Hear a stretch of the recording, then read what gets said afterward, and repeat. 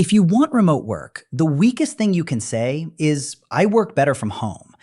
It may be true, but to a manager, recruiter, or hiring team, that sounds like a preference. The stronger question is this: can you prove that your work gets delivered faster, cleaner, and with less supervision when you are remote? That is the difference between asking for flexibility and making a business case for it. Right now, remote work is not a simple yes or no issue. Many remote-capable workers are still in hybrid or remote arrangements. And Gallup has reported that hybrid remains the dominant model for remote-capable US employees.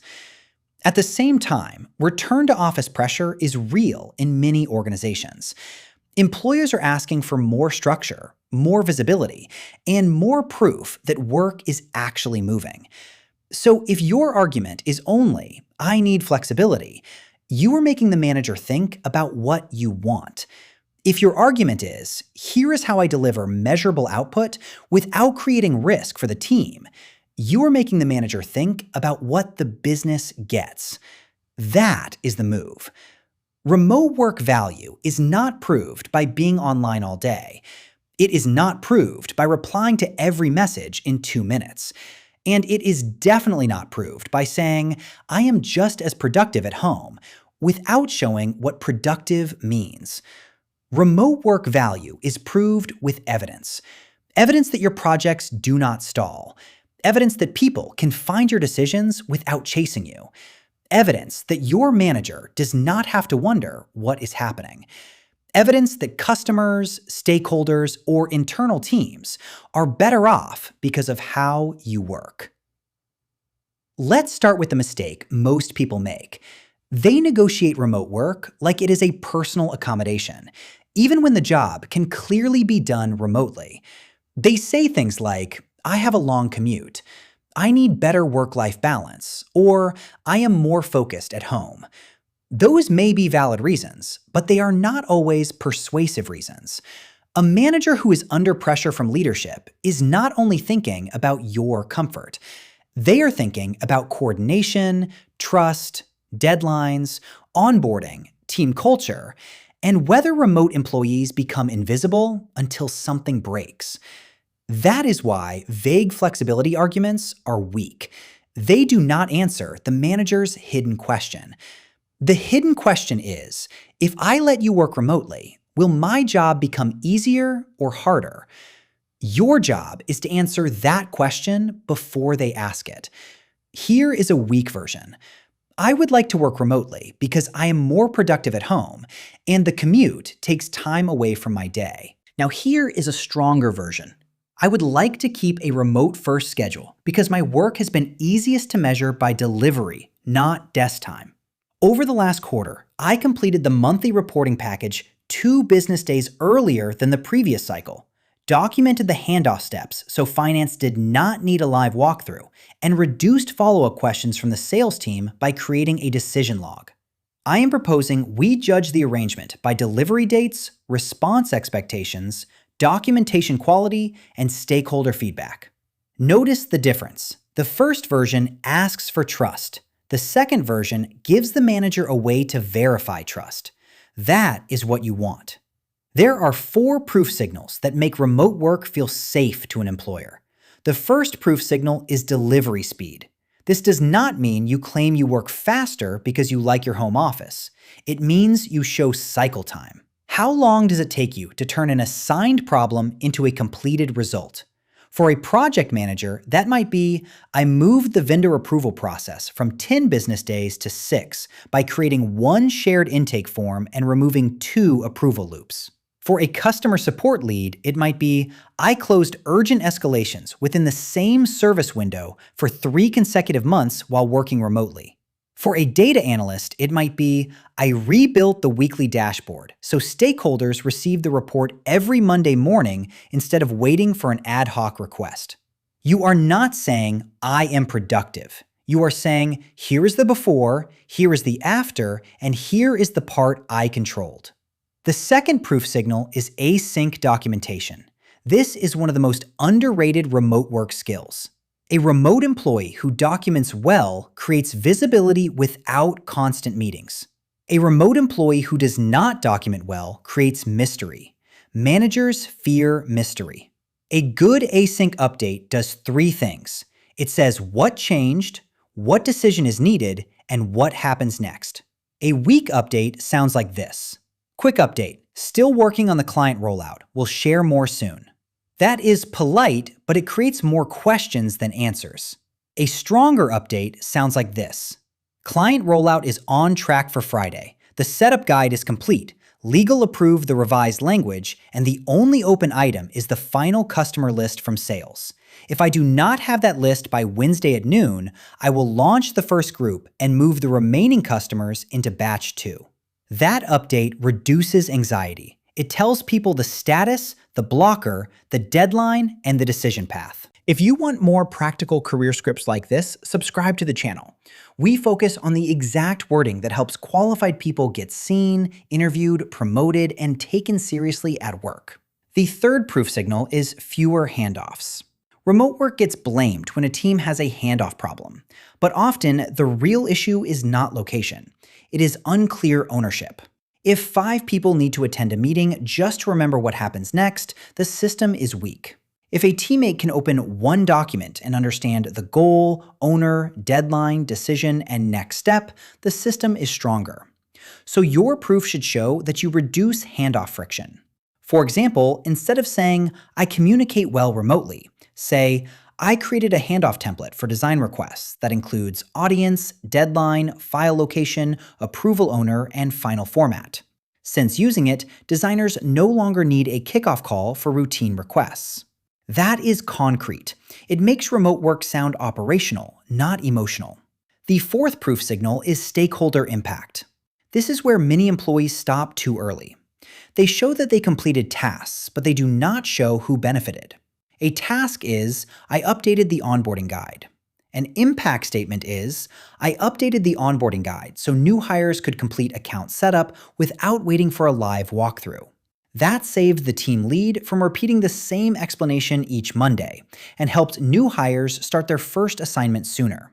Remote work value becomes easier to defend when it is connected to someone else's result. Your manager may not remember every task you completed. They will remember that sales stopped chasing operations. They will remember that customer escalations went down. They will remember that a new team member ramped faster. They will remember that a messy approval process became easier. This is especially important if you are job searching. Many candidates put remote work on a resume as a location preference. They write, "Remote project coordinator, remote customer success manager, or remote software engineer." That tells the employer where you worked, but not why you were effective. A stronger resume bullet would say, "Coordinated a remote client onboarding workflow across sales, implementation, and support, reducing repeated status requests by centralizing timelines, owners, and launch risks in one tracker." Or managed weekly executive reporting in a remote environment by publishing decision-ready summaries every Friday, including key metrics, blockers, and owner-specific next steps. Those bullets prove remote operating skill. They show that you can create clarity when people are not sitting in the same room. The same principle applies on LinkedIn. A weak LinkedIn line says, "Experienced remote professional with strong communication skills." A stronger line says, "I help distributed teams turn scattered updates into clear delivery plans with documented owners, deadlines, decisions, and stakeholder-ready summaries." That is much more useful because it names the business problem. Now let's talk about the negotiation. If you are already employed, do not begin the conversation with a threat, and do not begin with a personal essay. Begin with performance evidence and a testable proposal. Here is a script you can adapt. "I would like to discuss making my current remote or hybrid schedule official for the next 90 days. I am not asking you to evaluate it based on preference. I am asking that we evaluate it based on output. The measures I suggest are on-time delivery, documented project updates, response time for urgent issues, and stakeholder feedback. Over the last few months, my work has included these outcomes. I completed the quarterly report ahead of deadline, documented the process so backup coverage was easier, and kept the customer launch on track without extra escalation meetings. If those measures drop, we revisit the arrangement. If they hold steady or improve, I would like the schedule to continue. That script does 3 things. It lowers the manager's risk, it gives them performance criteria, and it shows that you understand remote work has to be managed, not just granted. If you were interviewing for a role, you can use a shorter version. You can say, I am comfortable working remote, hybrid, or across distributed teams, but I do not treat remote work as being less visible. In my last role, I used weekly written updates, clear owners, and documented decision logs so stakeholders knew what was done, what was blocked, and what needed approval. If this role has remote flexibility, I would be happy to align on the output measures that matter most to the team. That answer is much stronger than asking, is this job remote and how many days do I have to come in? You can still ask those questions. You should understand the policy before accepting the role. But first, position yourself as someone who makes flexibility low risk. One common misunderstanding is that remote work proof means surveillance proof. That is not what I mean. Keystroke tracking, green status lights, and constant check-ins are not the same as performance. In fact, they can reward looking busy instead of solving problems. The better proof is outcome visibility. What shipped? What improved? What decision became easier? What risk was caught earlier? What customer or stakeholder had a better experience? Another misunderstanding is that remote employees have to be available every minute to prove they are working. That usually creates the opposite problem. It destroys focus and turns the day into message management. A better approach is to define responsiveness by urgency. For example, urgent customer issue. Respond within 1 hour during working hours. Normal project question. Same business day. Deep work blocks. Visible on calendar. End of day update. Posted by 5. That gives people confidence without requiring you to perform busyness all day. Now, let's build your remote work evidence packet. This is a simple document you can use for a manager conversation, performance review, promotion case, job interview, or recruiter screen. Start with your role and the remote work arrangement you are proposing. Keep it plain. For example, remote Monday through Thursday with planned in-office attendance for team planning, client meetings, or onboarding events. Then add your output measures. Pick 3 to 5. Use measures that fit your role. Delivery dates, project cycle time, ticket resolution, customer satisfaction notes, error reduction, revenue support, stakeholder response time, documentation quality, meeting reduction, backup coverage. Next, add 3 proof examples. Each example should have a before, an action, and an after. Before.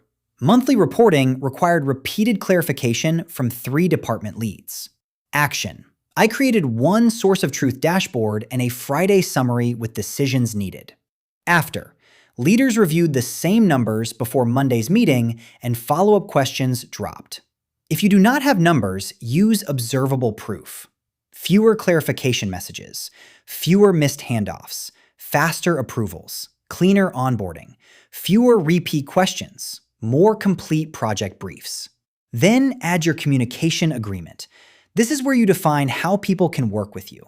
For example, I post project updates every Tuesday and Thursday. I flag blockers within 1 business day. I keep decisions in the project doc, not buried in chat. I use meetings for decisions that need discussion, not routine status. Finally, add a review plan. You can say, let's review this after 90 days using the measures above.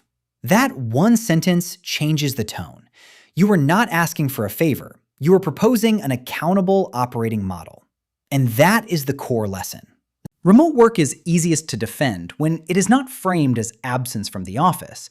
It is framed as a reliable way of producing outcomes. The more clearly you show delivery speed, documentation, fewer handoffs, and stakeholder impact, the less you sound like you are begging for flexibility. You sound like someone who knows how to work. If you want, build your evidence packet this week. Choose one recent project. Write the before, the action, and the after. Then turn it into a resume bullet, a LinkedIn line, and a manager conversation. If you have a remote work negotiation coming up, leave a comment with your role and what flexibility you are trying to protect. You can also suggest the next career topic you want broken down.